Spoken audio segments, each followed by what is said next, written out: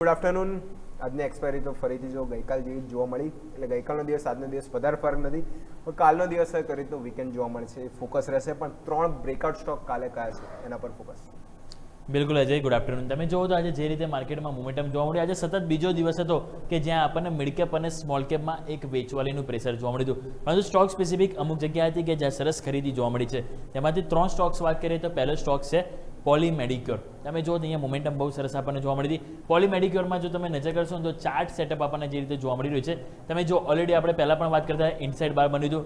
Inside બારની ઉપર તમે જો આપણને એક બ્રેકઆઉટ મળી ગયું હતું, રાઈટ. પછી તમે જુઓ તો આપણને ગઈકાલે થોડુંક સેલિંગ પ્રેશર આવ્યું, તો એમાં આપણને સ્ટોક્સ નેગેટિવ ફોર્મેશન આપ્યું. અને આવું જ્યારે કહેવાય ને બ્રેકઆઉટ ઉપર નેગેટિવ એક કેન્ડલ ફોર્મેશન આવવાનું બીજા દિવસે એનો ફર્ધર જો ક્રોસ ઓવર કરે અને એની ઉપર ક્લોઝિંગ પણ આપે, ઇટ મીન્સ કે ત્યાં મોમેન્ટમ આપણને સરસ પોઝિટિવ જોવા મળી શકે છે. અને જે રીતે ઓલરેડી પહેલાં તો આપણે ગેપ વાત કરીએ છીએ 1515-1515નો એક ગેપ છે, ચાન્સીસ છે કે આપણને પૂરો થઈ શકે. 2 દિવસ પહેલાં પણ મેં તમને આ સ્ટોક કીધું, અને જો એક ગેપ પૂરો થઈ ગયો તો ઉપરની તરફ 1600 રૂપિયા તરફની પહેલ આપણને ઇનસાઇડ બારની રેન્જ પ્રમાણે આપણને જોવા મળી શકે છે. એટલે પોલી મેડિક્યોર પહેલો સ્ટોક છે કે જેમાં મોમેન્ટમ પોસિબલ છે, એક સારી એવી જોવા મળી શકે છે.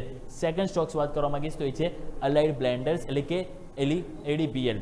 તમે જુઓ તો અહીંયા પણ જે રીતે એબીડીએલમાં આપણને જે મોમેન્ટમ જોવા મળ્યું છે, તો અલાઇડ બ્લેન્ડર્સમાં તમે જુઓ તો અહીંયા પણ ચાર્ટ સેટઅપ બહુ સરસ જોવા મળી રહ્યો છે. એક વાર આપણે નજર કરીએ તો ચાર્ટ એક સ્ક્રીન પર લઈને આવીએ તો તમે નજર કરો તો એબીડીએલ અલાઇડ બ્લેન્ડર્સમાં આપણને જે રીતે મોમેન્ટમ જોવા મળી છે.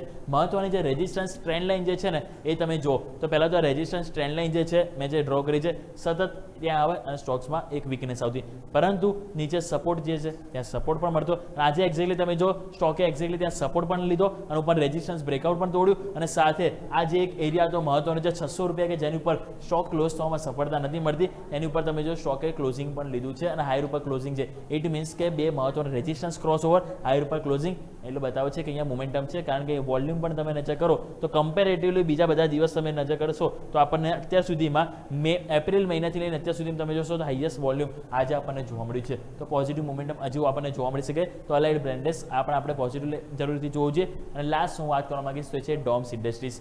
અહીંયા પણ તમે જુઓ બહુ સરસ સેટઅપ છે. 2 દિવસ છે કે મિડ કેપમાં વેચવાલી છે. ગઈકાલે તમે જો સ્ટોક્સમાં સરસ ટેન્ડીમાં ઉપર જતો રહ્યો હતો, બ્રેકઆઉટ પણ સરસ હતું, પરંતુ ગઈકાલે ક્લોઝિંગ પાછું નીચે આવી ગયું. પરંતુ અને જ્યારે આટલી મોટી તેજી તમે કહેવાય ને કે પ્રોફિટ બુકિંગમાં આવી છે અને બીજા દિવસે પાછી એ કેન્ડલનું ક્રોસ ઓવર કરે, એની ઉપર ક્લોઝ થવામાં સફળ થાય છે, ઇટ મીન્સ કે સ્ટોકમાં મોમેન્ટમ હજુ પણ આપણને પોઝિટિવ જોવા મળી શકે.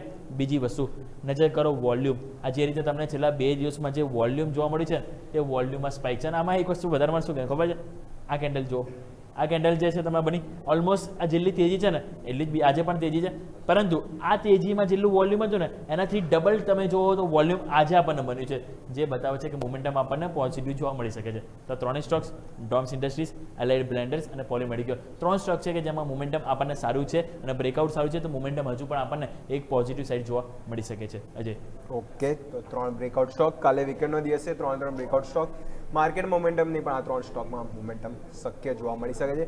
યુમિક માહિતી બદલ ખૂબ ખૂબ આભાર.